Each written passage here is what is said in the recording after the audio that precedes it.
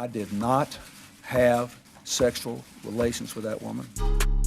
Yes or no? Did you ever take banned substances to enhance your cycling performance? Yes. I had no prior knowledge of the planned assault on Nancy Kerrigan. I am deeply sorry for my irresponsible and selfish behavior I engaged in.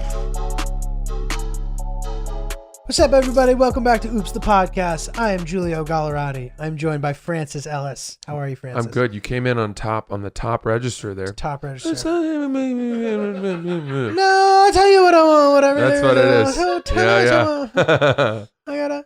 Spice World. Did you watch Spice World? No, I don't think I did. I love the Spice Girls. Man, though. dude, that was think I the watched Spice time to be alive. But I remember I really loved Two Become One. I don't know what that I is. need some love like I never needed love before. That's Spice Girls? I'm gonna make love to you, baby. Yeah, that was good. Whatever. Nice. Okay. Good. I get it. Music. Love that. So, dude, I remember a time where like sneezes were funny, and now we're in a time where like sneezes are terrifying. Ha! You know what I mean? Like sneezing in public is like really stressful and shitty. Like, there's do you have sneezes of people you know that have stood out to you in your life? Yes. In what capacity? Well, I think that anyone who sneezes more than twice in succession is just being indulgent. Dude, there's people, I feel bad for the people who do the like, Yeah. it's disgusting. Go somewhere else. Sort out your mutation. Go under a closet somewhere if you're going to be that, explosive. So I have two memorable ones that aren't like offensive like that. I know some people with those too, but my friend's mom growing up, I'll never forget this. She would go, achoo. No. Achoo. Dude, it was just like that. It was insane.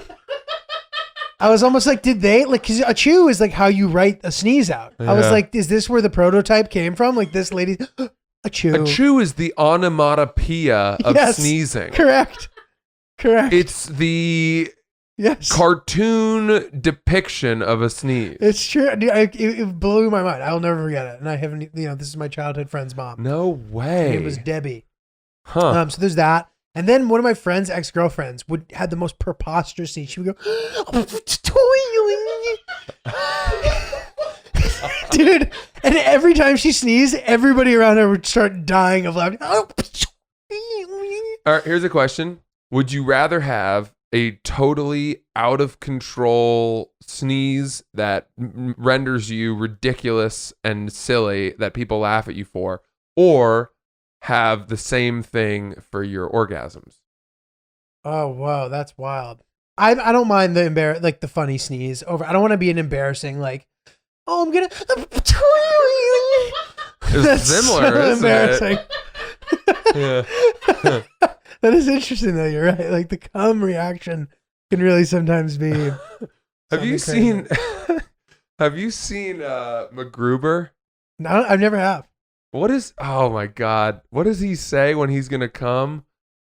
He says something that's so funny. I don't know. I'm not going to say it. But I would rather probably have the sneeze. Although it's funny because this. Yeah, I'm going to shoot. I'm going to shoot. Shoot is funny as fuck. That's insane. That's really fucking funny. I don't know, man. I think I'd rather have the funny sneeze than a super embarrassing. Although, you have a really embarrassing orgasm face and sound, you can limit the number of sexual partners you have such that stays intimate to you. That's Whereas true. you can't stop people from seeing how you sneeze. That's true. Yeah. That is true. That's just for one person. Totally. But nobody really cares, Dude, that reminds me, like, I think a really crazy thing to do the first time you kiss someone, like the first time you share a nice kiss with a girl you're going out with, whatever, is to straight up mean mug it after the kiss is over. Is a crazy move. Like, don't smile. Because usually when you kiss, you kiss and it's done, and you go, and you touch noses and foreheads and have a nice moment. Yeah, you say something like, yum. Yeah. You were such a good kisser. Yum. I Let's knew you'd do be that a good kisser. again. Yeah, there's some like cringe dialogue. Ugh. But dude, if you just straight up mean mug it, it's the craziest fucking move. You kiss and then you just do this. Yeah, what are you doing that for? I don't know, to be tough. To show her that you are stronger, or like the unspoken dialogue of that face is, yeah.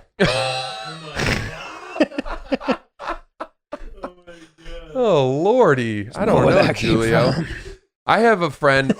I guess Lordy. he's a peripheral friend, but he's a friend who, whenever he is sleeping with a girl for the first time, he will not allow himself to have an orgasm because Why? he thinks that gives them too much power. That's crazy. It's just so ridiculous that I can't even square it with my understanding of society. Like, Yeah. He's just dating the hardest girls to pin down. He withholds that validation from them. It's crazy. And because apparently then it makes them want to come back more and like try again. And it's like, dude, you are a fucking horrible person. You're just a bad person. But that also like runs its course. Like, what's the end game with that? Just you never come ever with your girlfriend? Come on. No, I don't think these are girlfriends. I think it's his way of like having repeat customers or something. Gotcha. Yeah. Interesting. But honestly, I think it's like hard to stop when that happens. There's this like letdown moment of, let's take a break. Like when you haven't, like that kind of, Yeah. that's like that's not fun for anyone. Not fun at all. You know, just get it done, man. Having said that, if I were the curator or the on-site ticket puncher for Old Faithful in Yellowstone National Park, and a family came in one day to see Old Faithful, and it didn't erupt that day for whatever reason, I'm pretty confident that family's coming back the next day. That's true. Or their vacation might also be over. You'd be like, sorry, folks, Old Faithful didn't shoot today. Yeah, but if you come back tomorrow, you give a half off, you know? Like, they're coming back. They're spending another night. They drove all this way to see the geyser, and now it didn't go off for some reason. They're going to come back. That's true. I don't think that his logic is necessarily flawed. I do think he is a sociopath. Right. Yeah. Yeah. I don't know. It's not going to do that much. Maybe they'll come back to a couple more times. Like, hopefully, if he did finish, they would still come back. Yeah. Unless he's the one with the weird orgasm face. Right. He's just not telling you everything. Right. Also, he's just giving himself blue balls. Like, that's not Hurts. fun. That's true. It can Hurts. be painful. Yeah. That can be painful. Okay. Giulio, do we have any reader submissions? Yes, we have a funny DM that we got today from just a poor soldier out here trying to get it done. Nice. Just swinging and missing. Oh, and, no. you know, this one goes out to all of you who are out there shooting your best shot and swinging and missing hard. Sure. So here we go. Hi, Giulio and Francis. I have a DM story for you. One day a random attractive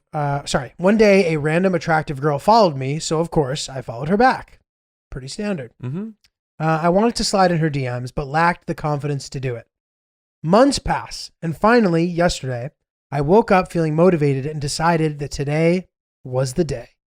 I looked at her profile and realized she hasn't posted in a while, so I looked her name up on Instagram and found that she has another account. I sent a follow request, which was accepted immediately, followed by a request to follow me. Everything was paused until I found the right DM to send her. I listened to an episode of yours and decided to take Ali Colbert's advice and set it up like a story. I DM'd her saying I noticed she has a stunning smile and we have the same type of dog. Then explained the fact that I almost DM'd the other account but found this one. She responds immediately saying her old account was probably hacked, followed by saying that the other day she had her dog put down. Oh, no. Damn. He goes, this is by far the worst response I've ever received. It's pretty bad. Well, okay.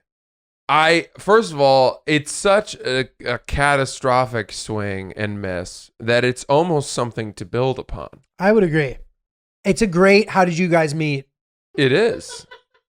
Women love complimented her to dead dog. recount the time that the guy they're now with failed so miserably that it was almost endearing. Yeah. My advice to this guy is to double down. Absolutely. Try Because- to find other pets of hers Yeah. that have passed away. Yeah. Ask them how they're doing. Absolutely.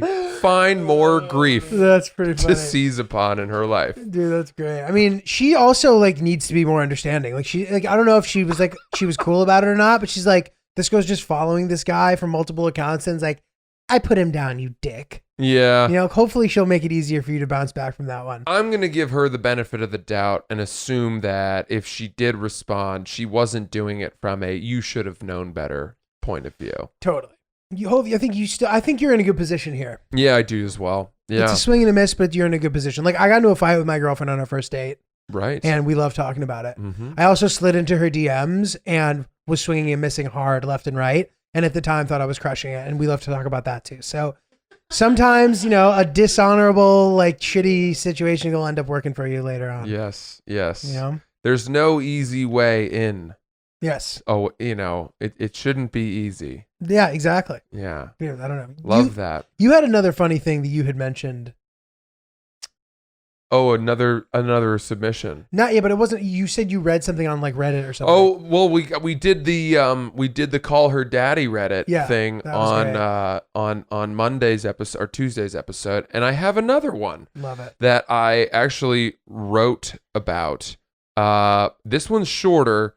I've just been spending time in the call her daddy, that is superbly popular, the supremely popular podcast about women's dating and stuff like that. And this is another one of tips and advice. The title is, Should I Call Him Out? Hey, daddies. I really need your opinion on what to do with my boyfriend.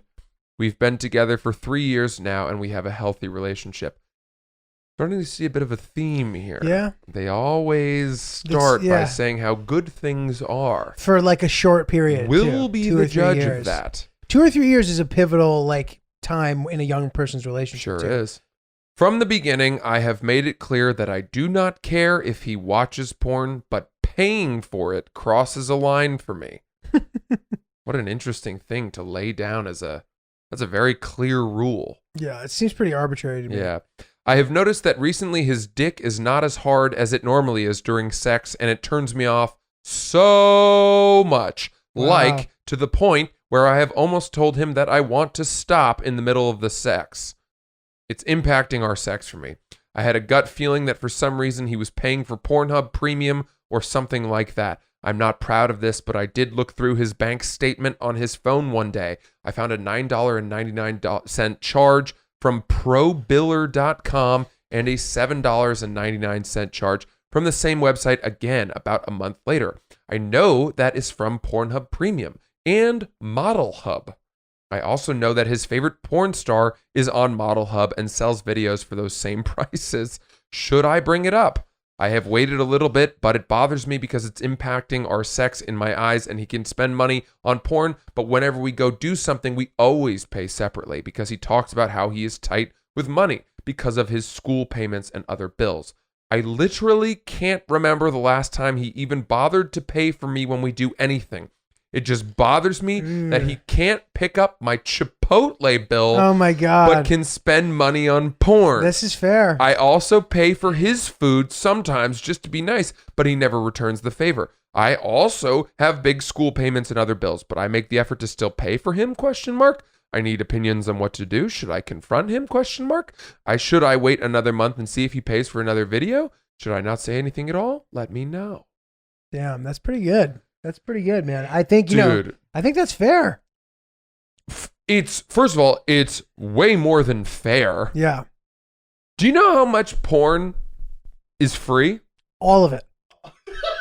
All the porn is free.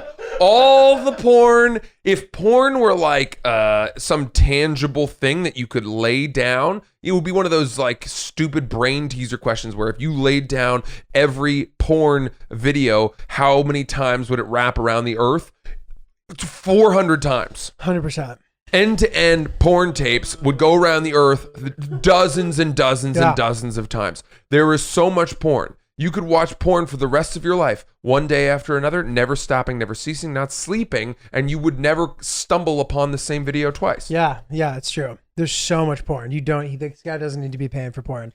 The fact that he's paying for porn is, in and of itself, troubling to me. Agreed, but I think it's even more troubling. It's one thing if he's paying $7 a month, but like to be complaining about money to the degree where you can't pick up an $8.71 Chipotle bowl for your girlfriend, that's pathetic, dude. You'd rather pay $7.99 for Model Hub and you're not paying for your girlfriend's fucking chicken over rice? Come on. I just love the idea that there's a moment in his month where he's like at Chipotle and he's looking at the menu and he's like, well, it's either extra guac or jerking off to my favorite porn, having an intimate chat session with Lena Rhodes or somebody. I know, dude. And the only thing softer than that tender chicken is his fucking limp dick when he's jamming it in his girlfriend. Dude, that's so sad. This girl's got to dump this guy. She really does. Ladies, if you're at the point where you are on top of your guy and he's not even inside of you, but you're just using his penis as like a mashed potato marble sack to ride and grind upon to get yourself off, and then you're going to his bank statements and finding these like thinly camouflaged, names of charges for what he's paying for. Totally. But to her credit, man, the fact that she knows like who his favorite porn star is, what the names of these accounts are. Because it's always like kind of like you said it perfectly. Not really that well disguised. However you said that. Almost in the porn game herself. You know what I mean? Like my girlfriend has a general sense of the role that porn plays in my life. Yeah. She understands it as porn. Though that is it. That's the broad blanket term. She wouldn't know my favorite porn stars. She wouldn't even necessarily know what type of porn I like to watch.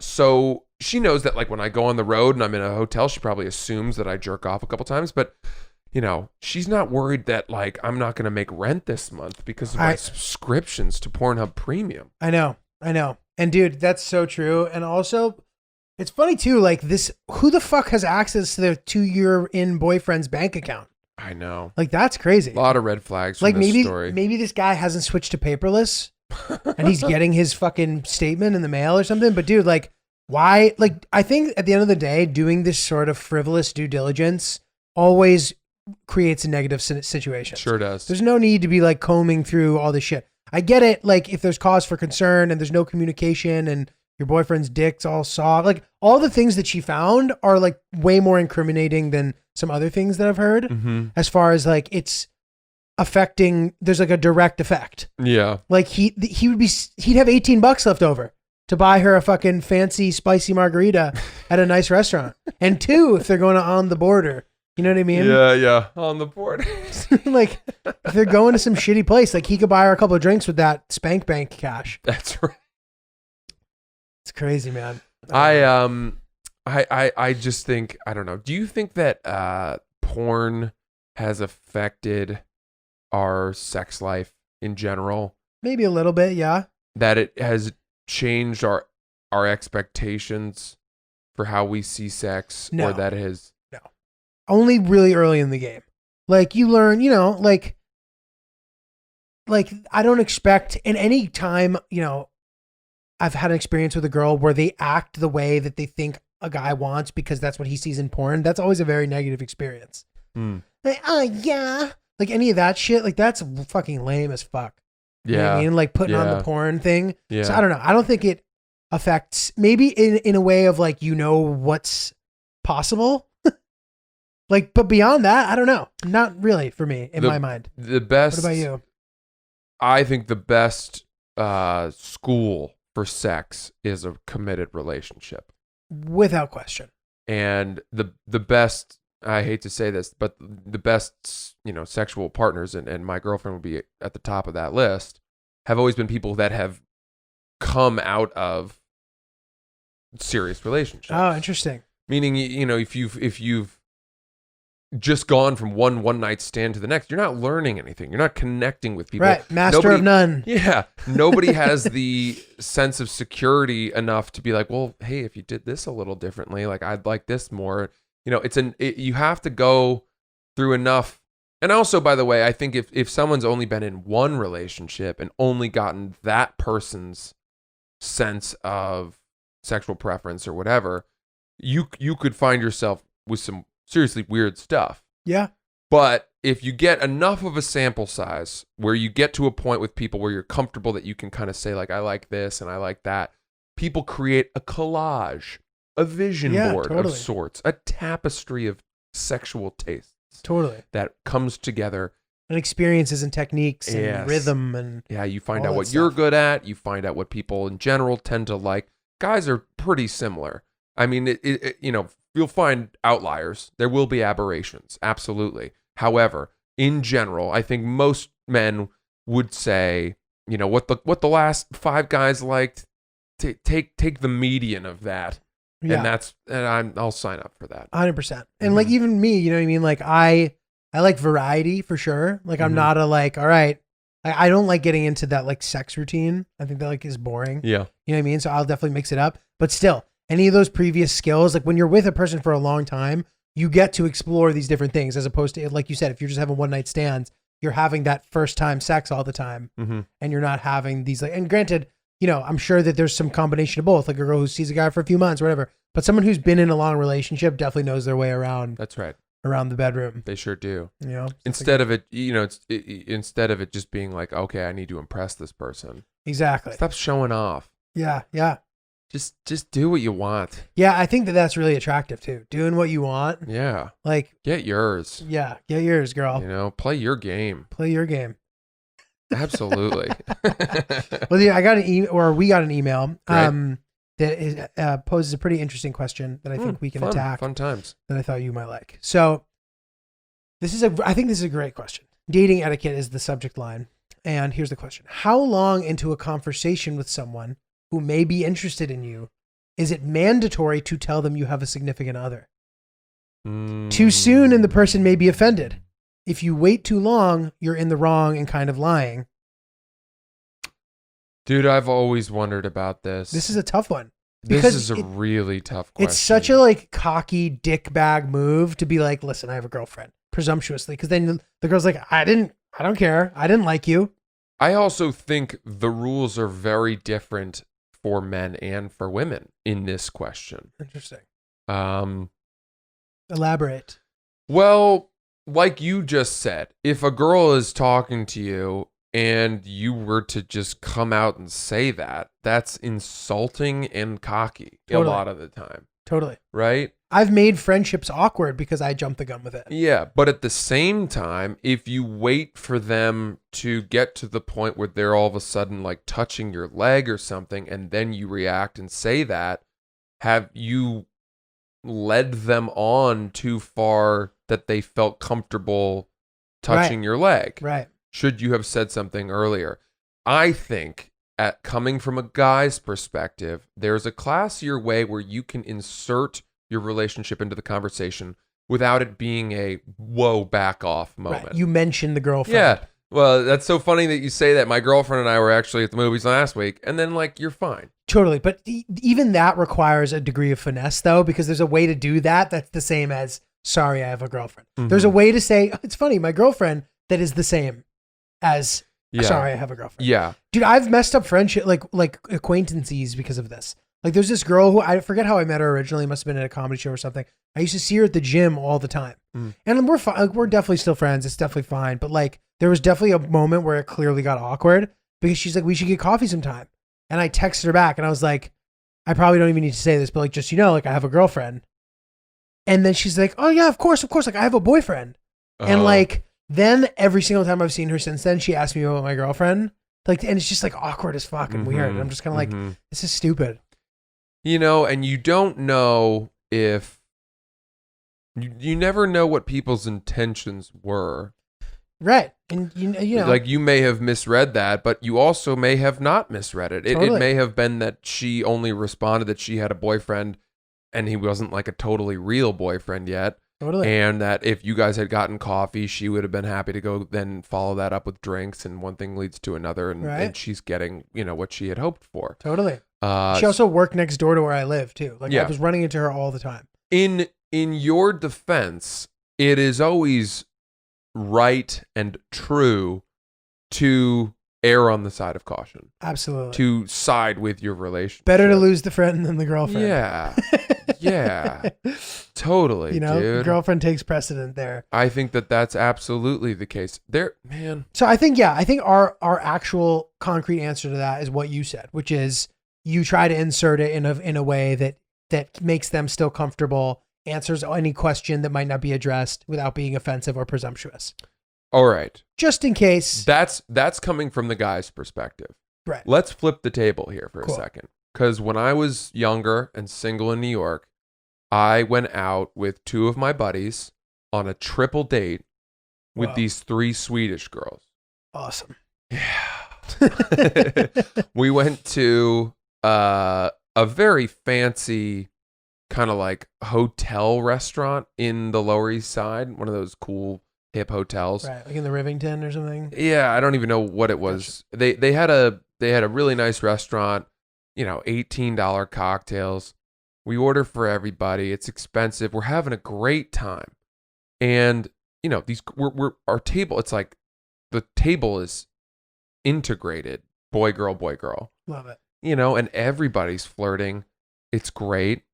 The bill comes, the guys pay. There's no movement or even offer from the girls to be like, should we split?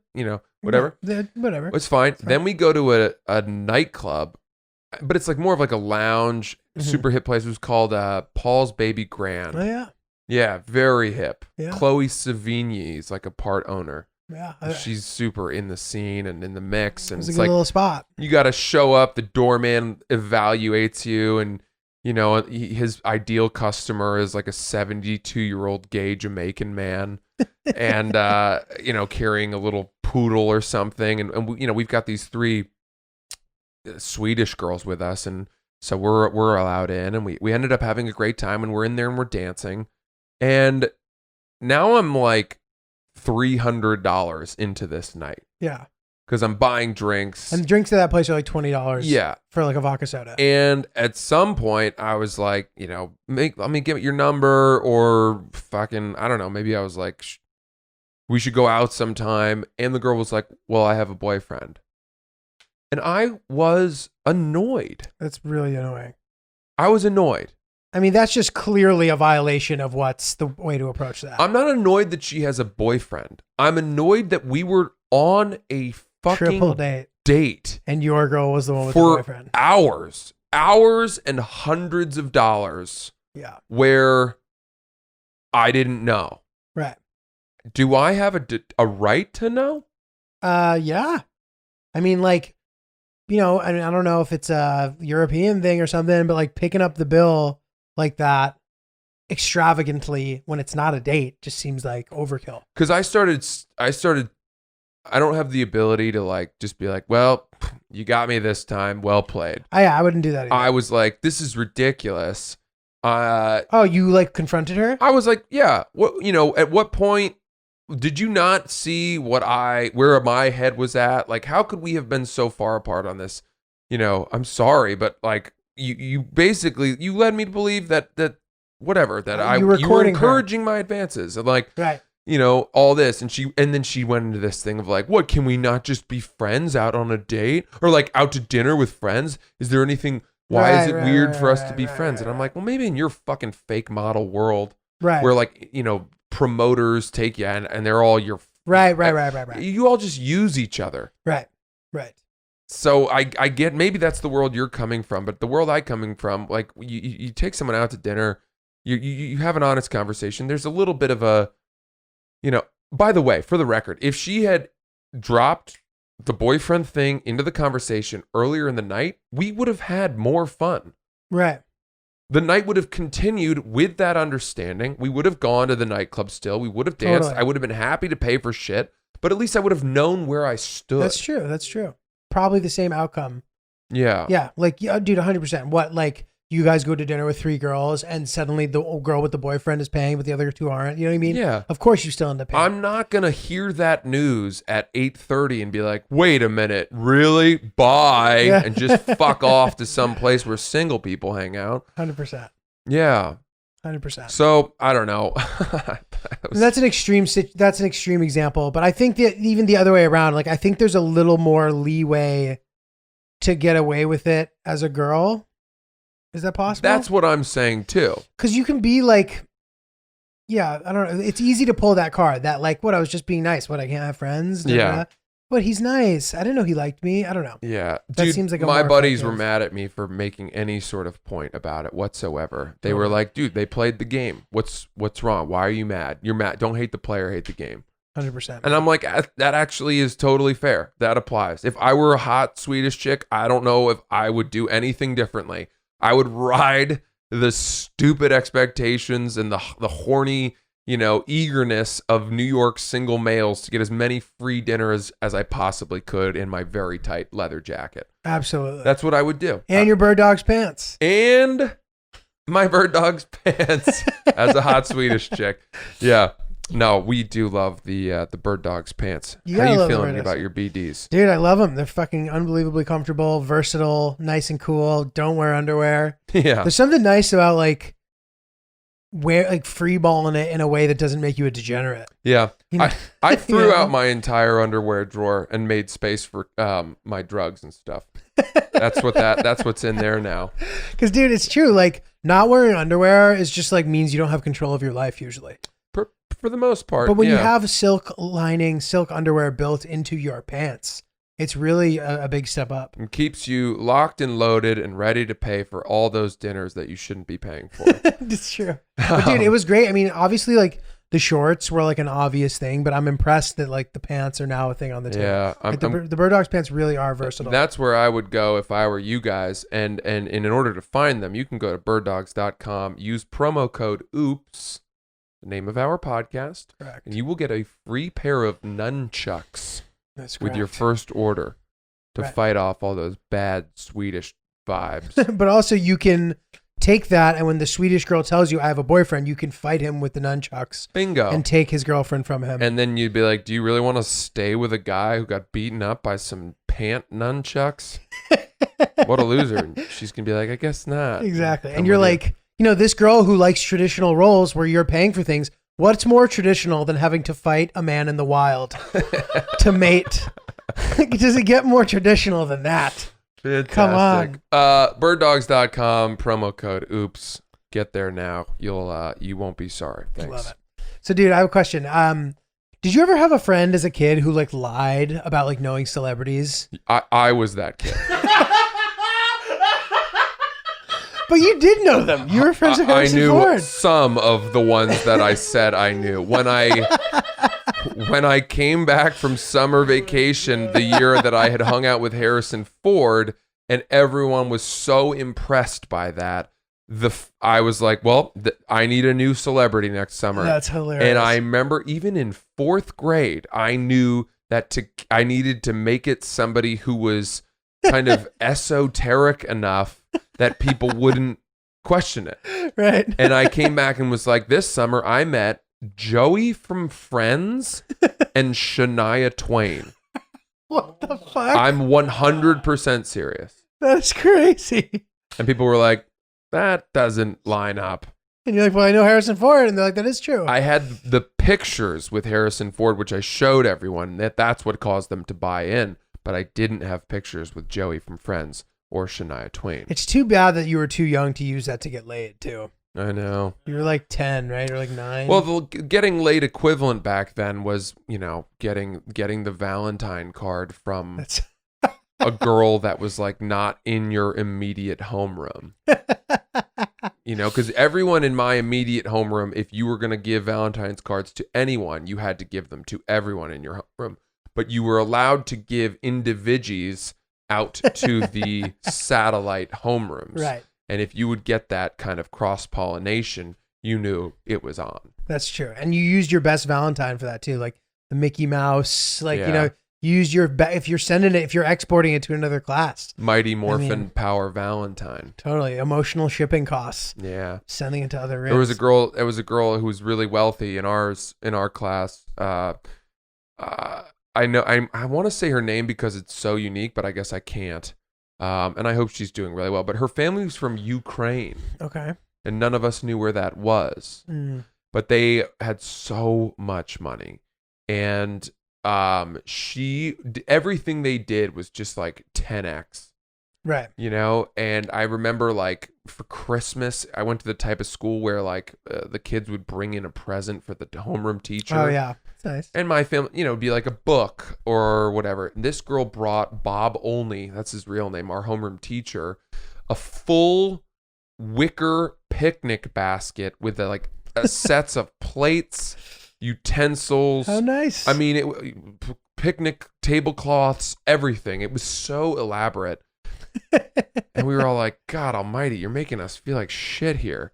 A wicker picnic. That's so random. But at Valentine's Day, she was in my homeroom and her Valentine's came with like a full grab bag of chocolates. Oh, that's amazing. And that's when you were like, it's This is the nice real to be deal. adjacent to this person. That's fantastic. That's Yeah. great, dude. Well, I was thinking about this because I had a friend in high school who same thing. She told us. So I lived in a part of Connecticut, especially when I was in high school, where like there's just no access to these people. Mm-hmm. You know, like if you saw any recognizable person, it was crazy. Mm-hmm. Like we saw Tate George, who was on like the UConn basketball. He never really even played in the NBA. And you'd see Tate George and be like, I saw Tate George. And people would like think that was crazy. Okay, so this girl who went to another high school, she said that she worked in this Carnegie something charity thing and she met Wyclef. Wow. So for like months, she's like, I know Wyclef. And we all were like, you don't fucking know Wyclef. Mm-hmm. She's like, yeah, I know Wyclef. And no one believed it. Everyone talked behind her back about how it was a lie. And this is like before iPhone. So like she didn't have pictures of them. Like she just knew Wyclef supposedly, but like we all knew that was a complete lie. Mm-hmm.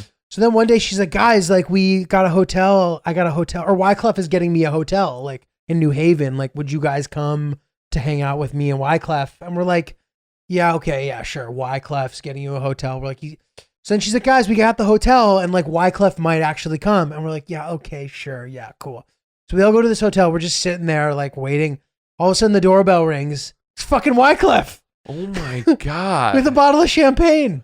And we're like, what the fuck? Like, we're like, is this even actually Wyclef? Egg Like, on our face. yeah, it was crazy. And then like, I remember being so cringy, like talking to him being like, oh, like you got to go back. You got a flight early tomorrow morning? Oh, you better get in a good night's sleep. Just like trying to like converse with this Do celebrity. you drink tea with honey to keep your voice okay? Yeah, exactly. Literally. Yeah. Like so cringy. But it was crazy how like she actually fucking knew him.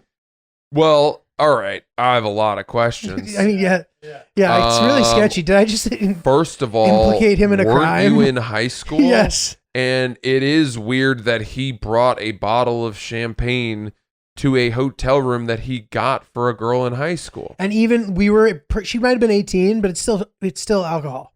So What? I mean, every part of that just feels a little, that's not what you're supposed to be doing. yeah, there's definitely question marks. I'm not trying to, But it also, let me ask you this. get Do Wyclef you- in any trouble. Do you recall him being surprised or on board with the fact that she had brought a bunch of friends? I think he expected us to be like turning up and having a hotel party. Instead, we were just sitting there in silence waiting for him to arrive. Okay, but either way, he knew that she was bringing other people. Yes, he knew she was bringing friends, and he seemed disappointed at how lame we were. Okay. Well, I guess my point is it would be worse if he was disappointed to find that she was not alone. Yeah, no, he expected us to all be there. Okay. So that's good. I don't know, man. And also, I'm not trying, it's too ambiguous of a story. I'm not trying to like throw Wyclef under the bus, but like, I don't know if there was any foul play or whatever going on, but it was pretty funny. Yeah, I mean, that's just, unfortunately, that does affect my view of Wyclef. I love Wyclef. I know him to be more than a musician. He's, an ambassador for Haiti. He would have won the Haitian presidential election in a landslide, but was not allowed to run for these bullshit bureaucratic reasons that he'd lived in America for too long and no longer, held a strong enough citizenship or some bullshit. But he's beloved there, and his music is transcendent. It's going to last for generations, and he's a philosopher. And to hear that he was just the guy bringing like a single bottle of champagne to a hotel room of high school students in New Haven, Connecticut, makes me a bit uneasy. I don't love that. I don't love that. Oh God. But to your point about lying about knowing celebrities. Yeah, I mean, I lied a lot as a kid, and that's just another thing you grow out of. Yeah. Yeah. You get caught in a few, and you're like, oh, the credit that I got for the lies in the past is not worth losing my credibility as a person. Right. No, 100%. And I think also like when you're in high school, especially like, these kids from New York City, like I remember hearing about how many celebrities they just all knew, their families knew, like their name, like that like blew my mind when I like first found out about that. But before, like when I was a kid or whatever, nobody knew anybody. No. There was in my town, there was this one guy who was like the rich guy in town. He like had a house near the river, and like, in the scheme of things, that guy probably wasn't rich at all. You know what I mean? Like, right. You live in your bubble. So like hearing about these celebrities and shit, it just seemed so not like I had a sniff factor for it to the point where it was so unlikely that I didn't even believe this girl who was completely telling the truth. You know what I mean? So it's like an interesting thing. Yeah, and you're from Connecticut, which is close enough to New York City that it's not so unheard of. True, but far enough that it was. Also. Maine, dude, we didn't have That's true. anybody. I mean, nobody got lost up in Maine. Like, right. Well, I mean, didn't the Bushes go up there and stuff? Yeah, but they would fly in on their own helicopters and like to their armored compound. Right. Yeah. Anybody coming in and out of there wasn't you weren't running into them at the lobster or like Walgreens shack. Yeah. That's a good point. That's true. So, but dude, my dad is a professor. Yes. And he was saying, so I don't know how school is going for everybody, but he has these like Zoom classes, obviously. Mm-hmm. And he said that he has an 8 a.m. class, and that like he literally saw one girl in the class just get in bed and put the blanket over her head. and I was like, how'd you feel about that? He's like, she's right. He's like, it's too early. So he can see the other side? Yeah, he can see them. I guess it's like there's grid of them and shit. It must be a nightmare. He's like, dude, there's all these technical problems and this and that. And I wonder, how everyone's college experience is going if you're doing school remotely. Because I know some places are not doing it remotely, right? Well, I think it's all over the place. Yeah. I think you get some places where the students are on campus, but they're not allowed to go to classrooms. Right. So they're doing remote classes from their own dorms. And that seems really shitty. Yeah, that's crazy. But then I don't know if that might be better than taking classes from your parents' home. Like being home with your parents and trying to. Right. All of it is to say, if nothing else, this moment in time has taught us that learning in person actually still has value. Totally. Because for a long time, I had assumed that, who is a liberal arts education worth it anymore? I remember going to school and a lot of my friends were skipping a lot of their classes and the lectures. It's like, it's all online. What's the point?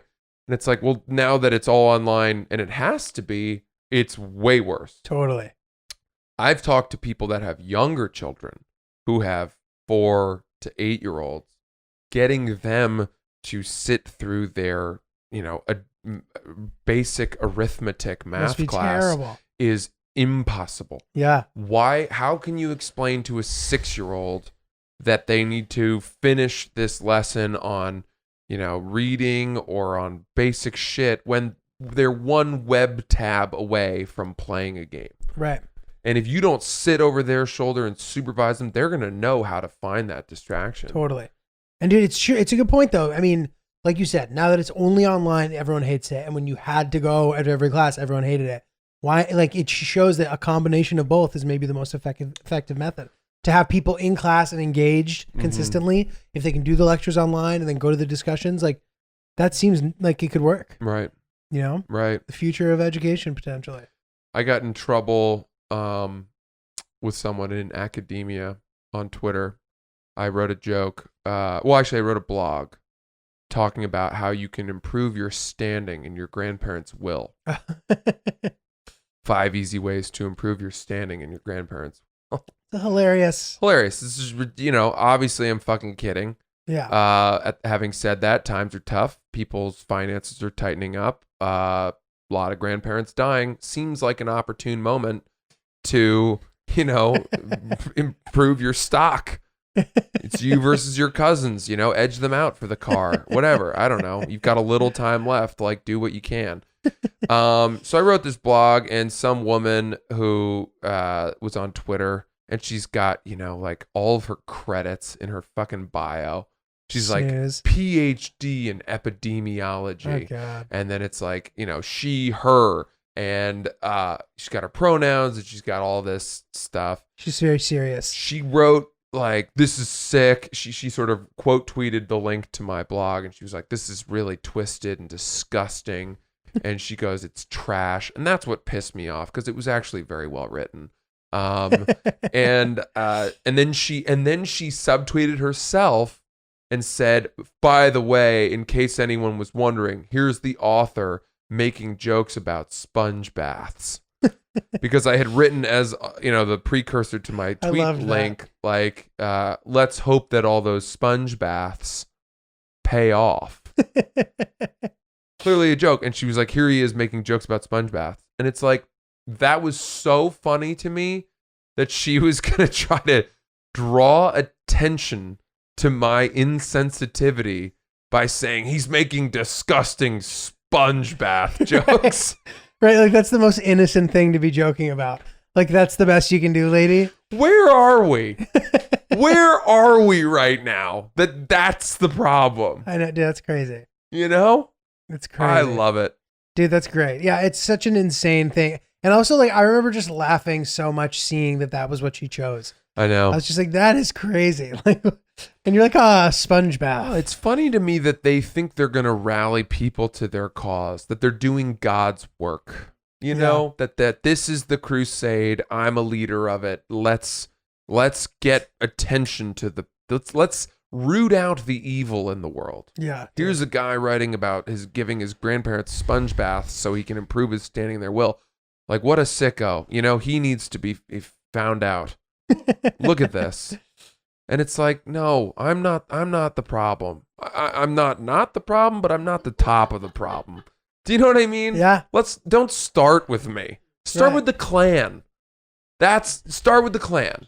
Dude, it's so funny. And work your way down I to don't understand. sponge bath Joker. You know what I mean? How do people mistake that? You know what I mean? Like, she wouldn't have done that with an Onion article. Like, doesn't she know that your angle is that you're kidding? Like, how is that not unbelievably obvious? I just don't know, dude, because Trump got duped by that satirical news outlet as well. Right. He retweeted that thing saying that, the New York Post or Twitter had removed the Biden New York Post article, and it was like this right-wing Onion satirical news thing, and he retweeted it, and it was like, does anyone know he's kidding? Did people he know that they're kidding? Right. Oh, yeah, I guess tone sometimes is hard to... Yeah, if you don't look closely, I've gotten in trouble for this a little. Not trouble, but like one time I was writing a blog at Barstool where the story was about how Walmart or maybe it was Kmart, had placed ethnic hair products, so shampoo for people of color, behind locked glass, and that the generic or Head and Shoulders shampoo was just out in the open. Oh, right. And it was meant to be like, it's racist that they would place these ethnic hair products behind locked, but the other ones are not. And I just wrote a blog about it, and I was including tweets from both sides of the argument. Mm-hmm. And some people were saying, well, if these are the products that are stolen the most often, it stands to reason that they would put them behind locked glass in the same way they've got video games behind locked glass because those are stolen. So I was like, well, okay, I kind of get that, but then at the same time, they should probably just put all the hair products behind locked glass, whatever. I get it. It does feel a little bit like racial profiling. Mm-hmm. Including tweet responses to this story, I quickly included one from a guy who was making a joke about the thing. And this guy, without me knowing it, it turned out he was a white supremacist.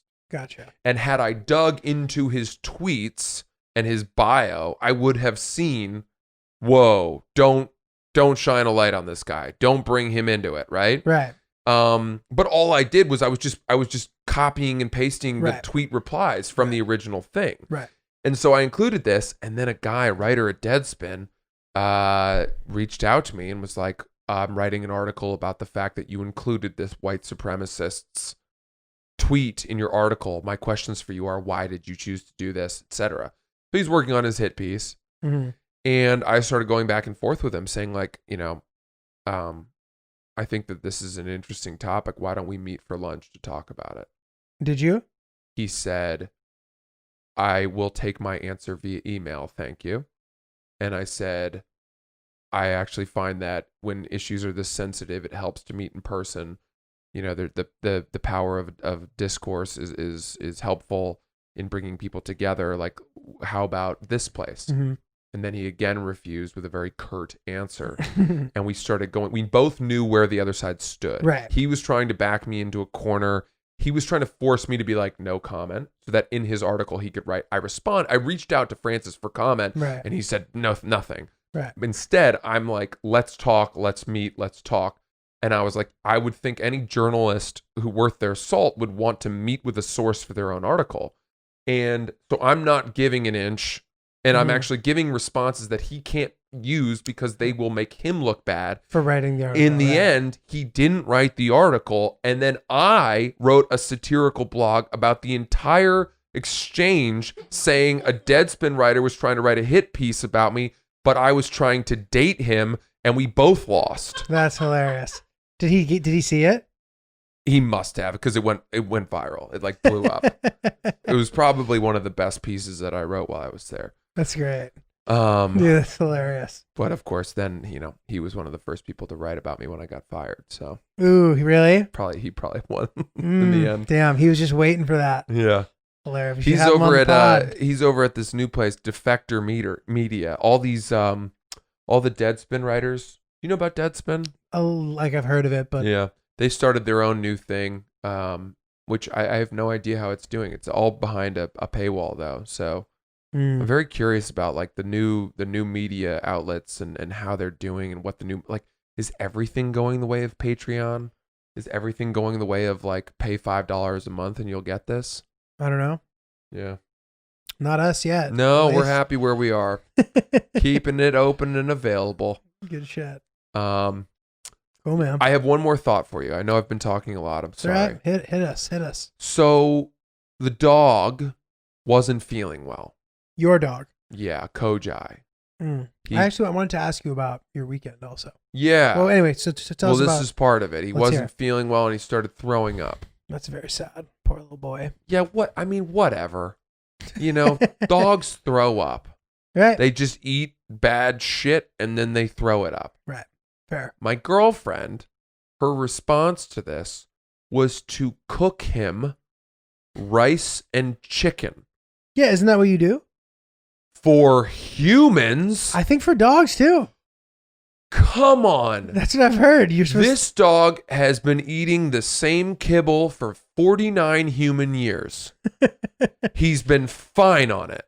He's going to come out of whatever's wrong with his stomach eating the same food. He's been sick before. He's sick again. Keep it moving. So I have heard of this though. this before. is why we got in trouble. I went into the fridge one day. She's gone. I see rice and chicken in there. You see- And I eat it. I'm like, perfect. Just what I want. Plain protein with some decent lean carbs. dog saliva. I come back and she's like, did you eat Kojai's food? And I'm like, no, I didn't eat his fucking dog food. I would never do that. She's like, did you eat his rice and chicken? And I was like, that was his? She was like, yeah, I boiled the chicken for him. And I was like, well, it was a little wet. I thought it was a little bland. Which funny, wet boiled chicken is the healthiest way you can eat it. Is that right? As a human, dude, there's nothing in it. It's boiled. There's no salt. It was so tasteless. I remember thinking, God, she really dropped the ball on this rice and chicken. It was like bright white, rubbery, boiled chicken. But I will say, boiled to perfection. It was boiled through. Hey, dude, that's great. So you got in trouble for that. Yeah, she sous vide'd it without the bag, So I got in a little bit of trouble. We had to remake him his fucking human food. I don't know, man. He's just eating that, side-eyeing you, you little fucking shit. Got me in trouble. He's just getting you in trouble, dude. Just fucking eating chicken and rice. He's feeling better now. He's doing fine now. He came out of it, but Dude, I'm always fascinated by what dogs like. Like, it's funny that they like stuff, and their food is always hilarious. It's like pigeon and turkey mix. Yeah, it's like this crazy, and there's just like a picture of a pheasant on the cover, and like, you know what I mean? It's like crazy that they fucking eat. So like, anytime a dog's eating anything, I'm so fascinated. Wild boar, you silly kibble. Yeah, and they get excited for certain foods too. Like, it's crazy, dude. When I was growing up, Dogs we are would great. celebrate the dogs' birthdays by giving them special Nice. food. That's And we really would nice. actually get these like dog ice cream cakes. And then we would get the cans of wet dog food, which we never gave them. You know, that stuff that comes out with the... Oh, it smells terrible. Oh, it's so bad. Dude, I caught one of my friends eating that. Dude, and this is like a hot girl too. She was like, her dog was eating that food off the ground, and I watched her pick up the plate and start eating it with her hand. Why? I don't know. What do you mean? And like a few weeks later, she'd been like, yeah, like I like his food too. And I was like, dude, literally, I can't think of something grosser. Yeah, eating dog food. I was hoping you were going Wet to say she dog was food. super hopped up on some kind of drug. Just hungry? Maybe she seems like the type of person who might like try not to eat, and maybe it had gone too far, and she was just like, it was available in there, and she just started fucking eating it. Heavens to Betsy. Oh.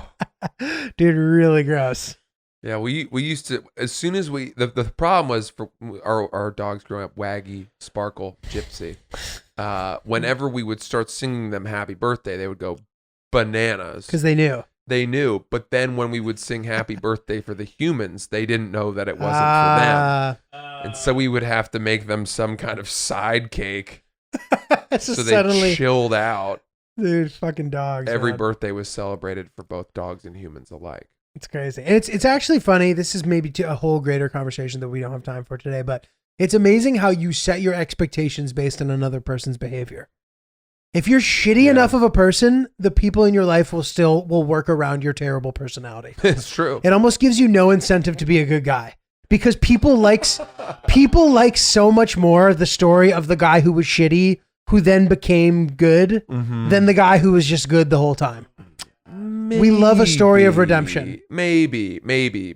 I agree to a point. I agree to a point, because I still think that people do appreciate people who are good all the way through. Yes. But it's frustrating. It seems like so much hard work. Where friends of mine who have terrible personalities, I'm constantly like trying to accommodate them, trying to make them comfortable. You know what I mean? Trying to make it so they, what about me, bro? I've always wondered about, what about me, dog? I've always wondered about somebody who, okay, so this works in two ways. The first is somebody who kicks a drug or alcohol addiction, right? And is 6 weeks, a year sober, right? And everyone's so proud of them. Yeah, of course. Right? And that's amazing. But does that wear off where if people stop crediting you, you are feel bummed out that you're not getting appreciated for that fight that will continue? Because as they say, you're always an addict. Of course. But then it can be that kind of thing where, like, you know, there's two siblings and one sibling is so troubled, and then they get it together and they get all this praise and they get all this, but the kid who was just good the whole time falls by the wayside and gets no attention. Okay. And that's unfair. Well, I'm saying, yeah. And so to continue that thought, it's like, all right, so somebody who loses, 70 pounds, in the wake of that, they're going to be hearing, oh my God, you look incredible. You look great, like, right. What have you done? Have you lost weight? Like, yeah. Oh, good for you. And when that wears off, because you're just now your new body type going forward, is there a drop off? Do you miss that praise, that affirmation? Yeah, like and maybe. might it right. even trigger you to start eating again? I don't know. Right. I don't know if I would go that far, but interesting things to explore. Well, we're Oops the Podcast. Thanks so much. Please continue to send your submissions via email to oopsthepodcast@gmail.com. You can also DM them to us. Follow our YouTube channel, Oops the Podcast. Buy some of our merch. It's comfortable. It's perfect for the cooler days. Oopsthepodcast.com is where you can find that. I'm Francis at Francis CC Ellis on Instagram. He's not Julio with a J. That's Giulio. We will see you soon. Thanks for joining us. Guys, if you like this video, why don't you go check out some of our other videos? They're right there, right on the screen. We love you. We really appreciate it. Oops.